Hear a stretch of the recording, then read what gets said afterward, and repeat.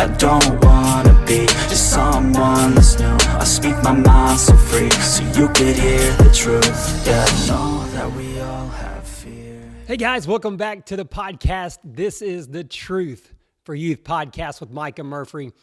Guys, we're going to continue our talk on doing good. So if you haven't listened to the last few episodes, go back and listen to those, because this is just going to build on that. However, you do not have to have listened to those to benefit from today. But again, let me do a little side note. If you are finding value in these podcasts, please share the podcast. Tell others about it. That's how this podcast grows. It grows from you, the listeners, leaving reviews and sharing it with other people. So thank you for doing that, and let's get into today's episode. So last week, we talked about that principle of you reap what you sow. And many people know that as karma. That's just kind of the word that a lot of people use. But like I said in the last episode, I try to avoid that word because that is tied to Eastern religions like Hindu and Buddhist. So we are trying to get away from that and use the principle of you reap what you sow. But it's that same mentality of, kind of what goes around comes around. And we talked about that principle in Galatians chapter 6, verses 7 and 8. And I'm going to go ahead and go through that so that you kind of are refreshed on that principle. And again, this is Paul talking. He's talking to the Galatians. He's talking to these, newer Christians, and he's trying to encourage them. He's trying to get them to be more like Jesus. And he says, don't be misled. Remember that you can't ignore God and get away with it. A man will always reap just the kind of crop that he sows.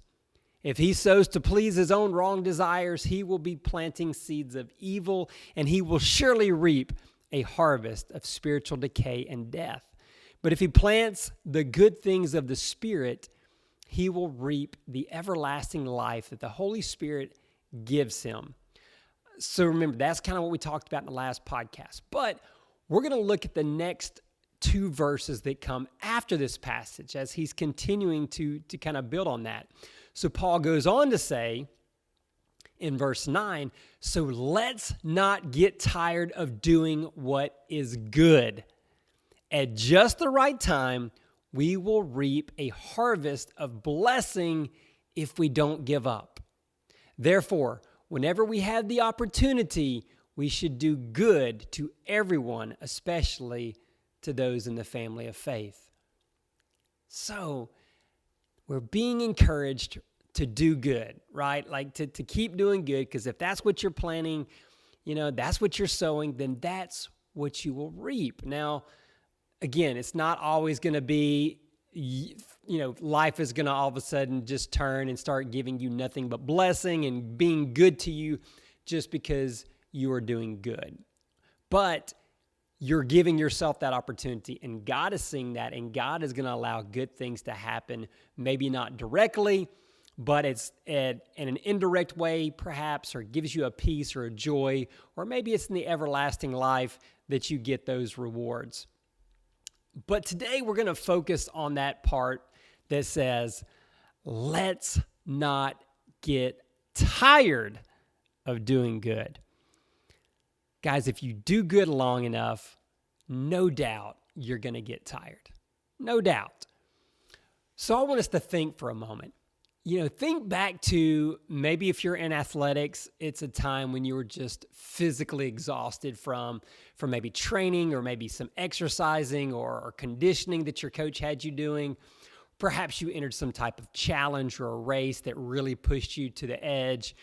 It could be even in your studies. Students, as you're cramming for exams, don't know if you necessarily experienced that in high school. College students, you may understand this a little more if you have midterms or finals coming up and you've just had so much notes and material to study that you just cram all those all-nighters because maybe you have back-to-back exams in multiple subjects.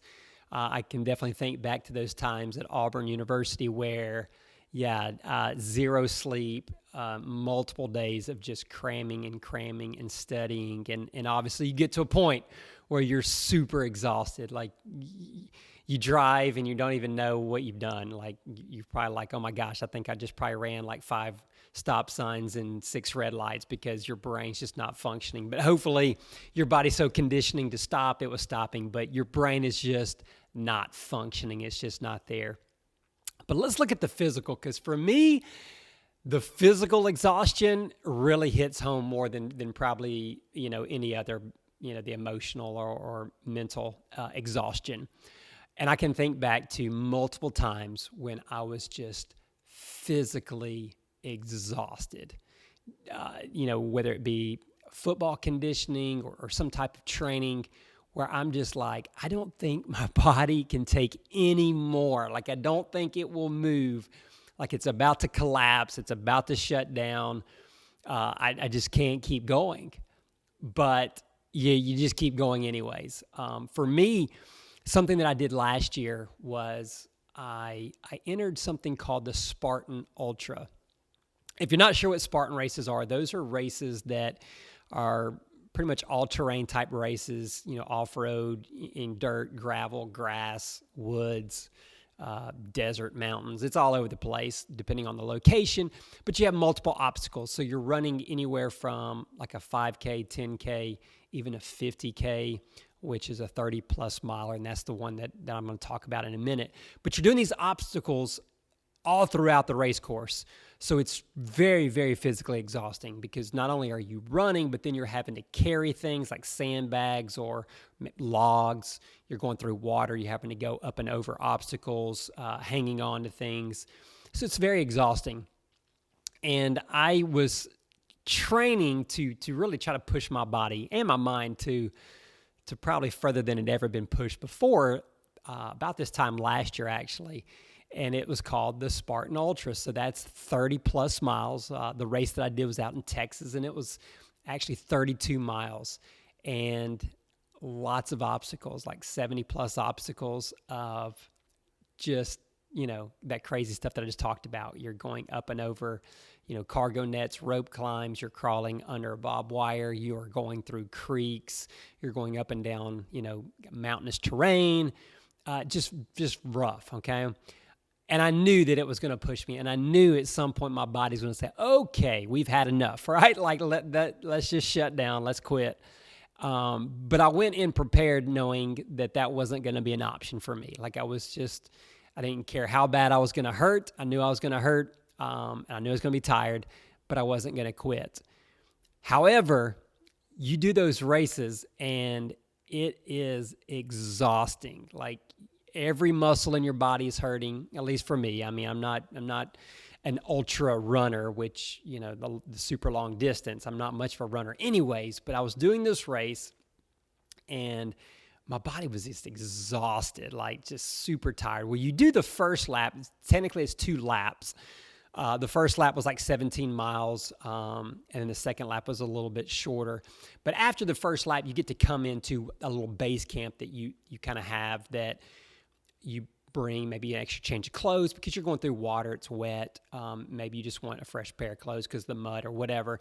You also have food, like you're trying to supply your own food, carbohydrates, getting some electrolytes in your body, whether it be a Gatorade or some other, substance there to help give you that energy and to reboost. And when you come back through that zone, a lot of people just shut down at that moment, and some of them don't ever go back out, because you finally get there and it's like you get a moment to kind of sit down and rest for a second and you refuel, and then a lot of people just don't want to go back out. Like, either your body starts shutting down, which I'd gotten that advice going in that was like, hey, don't take too long in the pit, the pit stop area, because your body will start shutting down. It'll start kind of going into that rest mode and shutting down, and the cramps begin to set in. So I knew I really wanted to try to get in and out in under 30 minutes, and, changing some clothes and getting some food and putting more water and electrolytes back in my water pack, my camel pack. So anyways, there was the opportunity just to stop, just to quit. because you're tired, and all of a sudden when you come through there and you kind of slow down and stop for a moment, then yeah, the pain starts coming in. Like you start realizing, man, my feet are really hurting. You know, those 17 miles on nothing but rocks and dirt and gravel, it starts taking a toll, and you start feeling those blisters, and then the muscles start cramping up. And for me, my fingers and my hands were really kind of starting to cramp up because you're holding on to a lot of things, whether it being you're holding on to buckets or sandbags or holding on to monkey bars and twister bars and different things that you have to physically hold your body weight up. And I just remember thinking, whew, I don't know if I have enough energy to do this all over again. And I actually kind of vlogged this, so it's actually on one of our vlogs if you want to watch some of it. But as I'm going through there, I'm just thinking, gosh, I don't know. Do I have enough energy? Will my body last? But I didn't want to quit. I even though I was tired and I was physically exhausted, and then I had to go back out there and do that all over again. It was very overwhelming to think about. But I went back out there and I did it anyways, just because I had my mind made up that I was going to do it. And so I went and did it. And yeah, it was brutal. It was tough. I mean, it took me over 11 hours to complete that race. And yeah, I was physically exhausted and I hurt for days and days after that. But for me, it wasn't an option. And so I think about this passage when it says, don't get tired of doing good. Yes, you're going to get tired of doing good. Just like I got tired in that race, but don't let that be the end. Don't stop just because you're tired, right? You can keep going, and that's what I look at, and that's what I think about when I'm reading that passage, when it's talking about just don't get tired. Like, don't quit just because you're tired. You got to keep pushing because there is a finish line, essentially. And that's what I knew in my head. When I was doing this Spartan Ultra, I knew that it was going to come to an end. I knew that even though I was in that pain cave and I was hurting, I knew that if I just completed that second lap, that it was over, that I could rest, that I, would recoup. So I knew there would be an end. Well, I think that helps when we think about this passage as well. Don't grow tired of doing what is good, because there is a finish line. There is an end point. Now, unlike that race, we can't really measure what that end is. At least I hope we can't. Unfortunately, some people can because they've been given perhaps a life expectancy because of a sickness or disease or something. But for the most part, most of us, we don't know where that finish line is, but we know there is a finish line. And for us, what awaits us after that finish line is a tremendous reward, a tremendous award or medal. Again, for me, doing that race, one of the things they do for the Spartan Ultras, not only do you get just the finisher medal that saying that you completed it, and the Spartan medals are nice if you've ever done one. They're these big medals that go around your neck, and you get the finisher T-shirt.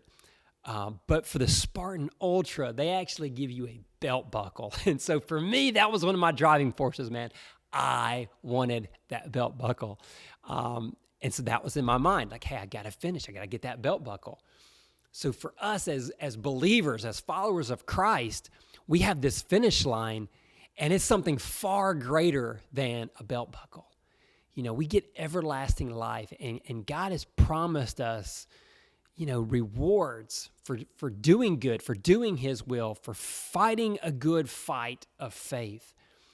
And there is a great reward at that finish line if we will continue to push and do good.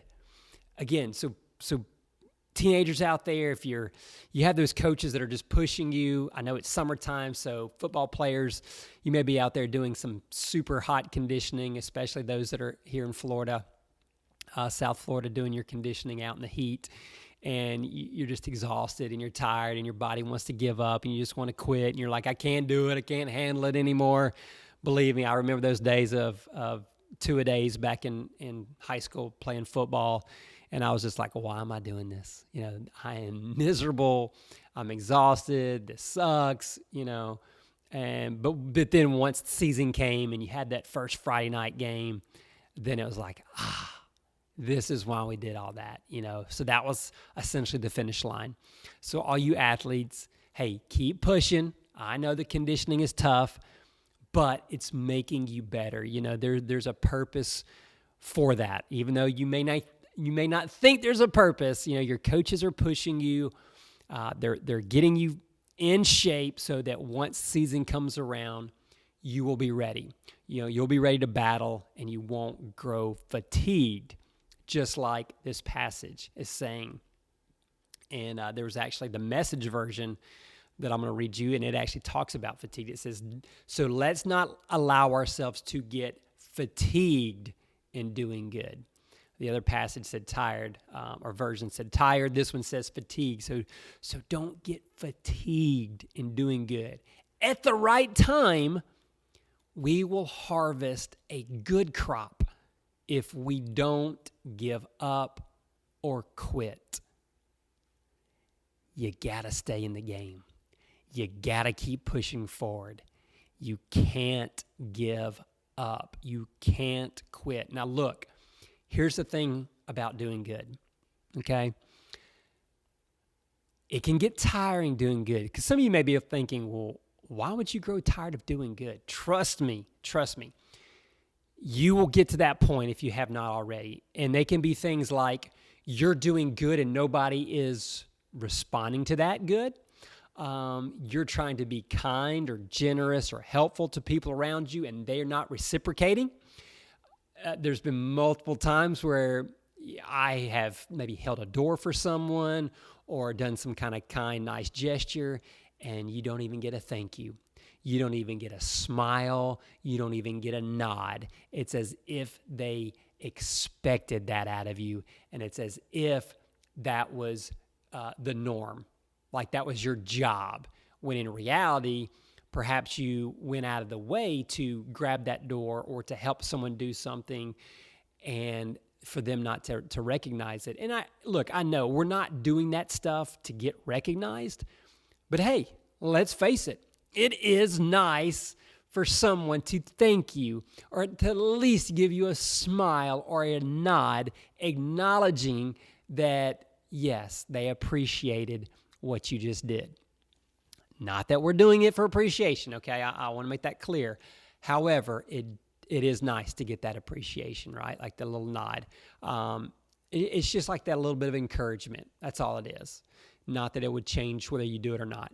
So when you go time and time again and you're not getting that, or maybe you're even getting a negative response, that kind of hurts a little bit. And you're kind of like, now, why am I doing this? Just, for someone to make fun of me or for someone to take advantage of me or to do something else. So there can be opportunities where you just get tired, like, hey, all right, I'm done doing that. I tried being nice to this one person over and over and over, and they refused to accept my generosity. They refused to accept my kindness. Or here's another one for you. I remember in high school where I got to the point where I was so frustrated because I felt like I was trying to be a good person, and I got to the point where I just concluded, well, I guess nice guys just finish last. That's what I kept saying. I'd heard that saying before, and I determined, concluded, that's probably true. Nice guys seem to finish last because I was trying to be nice and considerate and kind and polite to certain girls. And then I saw some of my friends who were being complete jerks to those same girls. And guess what? The girls went after those guys. And I was thinking, what? Like, why am I even trying? Like, why am I even trying to be nice or be good or to be helpful when in reality, it seems like those guys are the ones that are winning? Now, yes, looking back now, that was one small area of life where I was drawing a conclusion that nice guys finish last based on just kind of the dating scenario. And I can look back now with much more wisdom saying that is not the case. That may have been the case with some immature girls in high school, but that is not the case as you get older.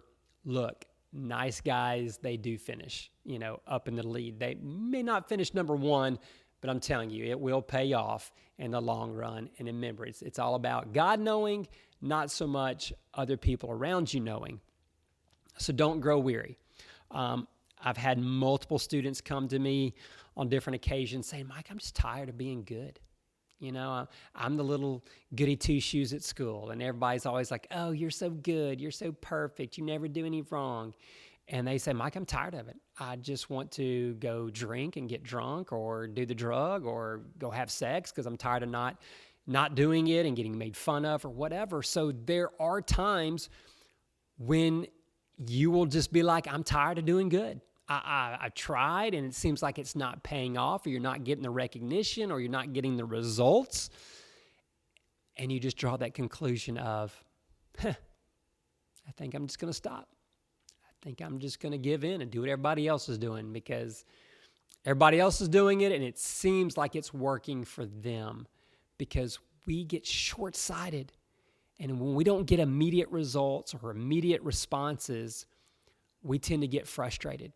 And we tend to get discouraged. And guys, look, I am right there with you. I get it. I understand. And I still face that stuff today. I still get discouraged today with certain things when I don't see results, when I don't get feedback, or I don't get,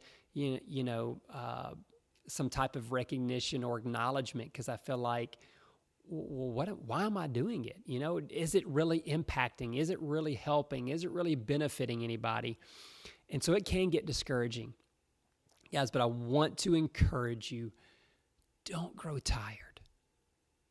You can be tired, but don't let that fatigue stop you from doing good. And look, we're going to talk about in the next podcast. I'm going to make this a 2-part podcast because I want to talk about this to another level, to another kind of extent. So we're going to wrap up the podcast today, but be sure to tune in to the next one, because we're going to build on this.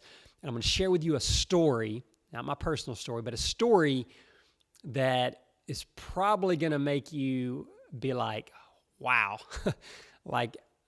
here I am having pity and feeling sorry for myself, when the story that I'm going to tell you about this guy will probably shake you to be like, okay, maybe I should be more grateful, and maybe there are good things to come in the end.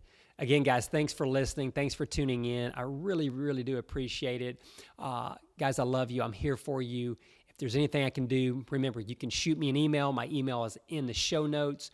MicahMurphy@gmail.com. Just put in there, this is a Truth for Youth question or comment or whatever. Would love to hear from you guys. I really don't get much feedback on the podcast. I mean, that's kind of the way it goes. There's not like there's a comment section necessarily. So shoot me an email. Let me know what you think. Hopefully you're benefiting from it. Perhaps you have topics or ideas for future podcasts. Would love to hear those as well. Guys, we will catch you in that next podcast. Until then, don't grow weary. Don't get fatigued. Keep doing good. Guys, we'll see you in the next one. Bye-bye. I don't wanna be just someone that's new. I speak my mind so free, so you could hear the truth. Yeah, I know that we all have